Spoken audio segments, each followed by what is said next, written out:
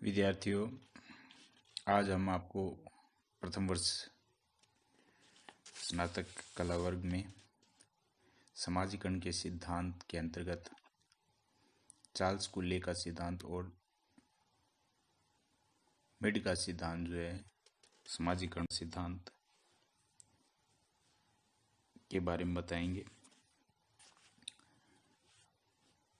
समाजीकरण के सिद्धांत में फ्राइड का सिद्धांत और दुर्खिम का सिद्धांत भी है, जिसको हम अगली कड़ी में अगले भाग में बताएंगे।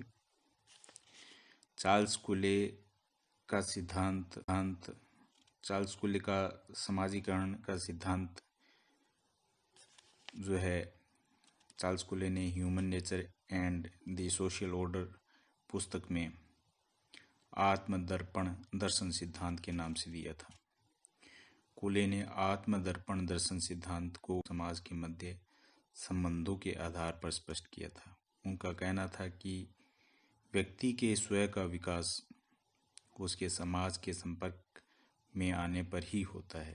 समाज उसके लिए एक दर्पण का कार्य करता है। जैसे कोई व्यक्ति दर्पण में अपनी छवि देखकर मूल्यांकन कर लेता है कि वह कैसा लग रहा है, कैसा प्रतीत हो रहा है, ठीक वैसे ही एक बच्चा समाज रूपी दर्पण में स्वयं को देखकर अपने बारे में धारणा बना लेता है कि वह कैसा है। इसके आधार पर ही वह बालक श्रेष्ठता और हीनता के विचार अपने मन में पैदा करता है, उदय होते हैं। अर्थात स्वयं के विषय में दूसरे की प्रतिक्रिया के परिणाम स्वरूप व्यक्ति स्वयं का निर्माण करता है। कुले ने आत्मदर्पण दर्शन में 3 स्थितियां बताई हैं कि प्रत्येक बच्चा यह सोचता है कि दूसरे लोग मेरे बारे में क्या सोचते हैं, दूसरों की राय के आधार पर अपने बारे में क्या सोचता हूँ, अपने बारे में सोचकर स्वयं कैसा मानता हूँ। अर्थात प्रत्येक बच्चा जो है इस समाज के विषय में यह जानना चाहता है कि अन्य लोग उसके बारे में क्या सोचते हैं, दूसरों की राय के आधार पर वह अपने बारे में क्या सोचता है और उसके आधार पर वह अपने आप को कैसा मानता है, श्रेष्ठ अथवा हीन मानता है।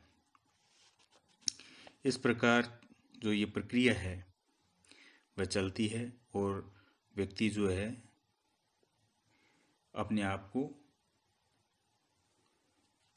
अपने बारे में स्वयं का विकास धीरे धीरे करता जाता है, जैसे जैसे वह समाज में साथ क्रिया करता है। दूसरा सिद्धांत जो है मिड का सिद्धांत है, जी.एच. मिड।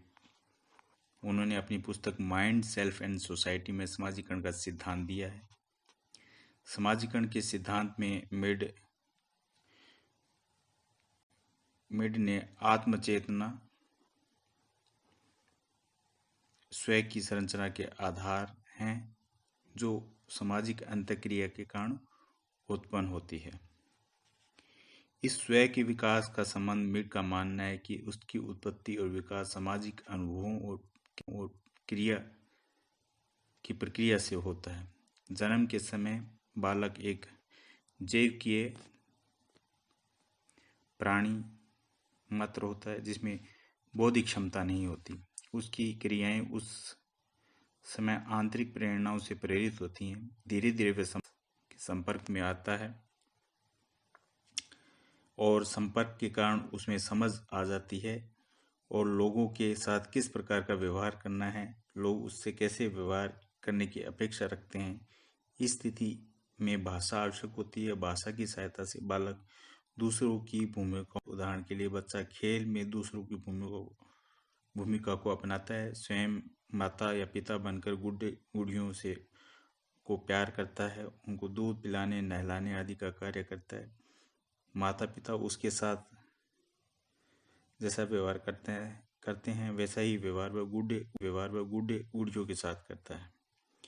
दूसरों की भूमिका का निर्वाह बालक अपने द्वारा करता है, क्योंकि बालक का स्वयं दूसरों लोगों के व्यवहार से प्रभावित होता है। इसे मिड ने सामान्यकृत अन्य कहा है। सामान्यकृत अन्य का अर्थ है किसी व्यक्ति के स्वयं के बारे में उस धारणा से है जो दूसरे लोग उसके बारे में रखते हैं। इस प्रकार स्पष्ट किया जा सकता है कि लोग उसके बारे में जो अपेक्षाएं रखते हैं और बारे में जो निर्णय लेते हैं उसका वह आंतरिकरण कर लेता है, उसे ही वह सामान्यीकृत अन्य कहा। मिड ने आत्म चेतना के विकास के लिए मैं और मुझे का सिद्धांत दिया था। मैं से तात्पर्य व्यक्ति द्वारा दूसरों के प्रति किए जाने वाले व्यवहार से है। मुझे से तात्पर्य व्यक्ति द्वारा किए गए व्यवहार पर दूसरों की प्रतिक्रिया से, जिसे वह आभ्यंतरीकृत करता है। और मैं और मुझे में अंतःक्रिया के परिणाम स्वरूप ही स्वयं का विकास होता है, जिससे व्यक्ति का समाजीकरण होता है। इस प्रकार समाजीकरण मैं और मुझे की आपस में अंतःक्रिया के द्वारा होता है।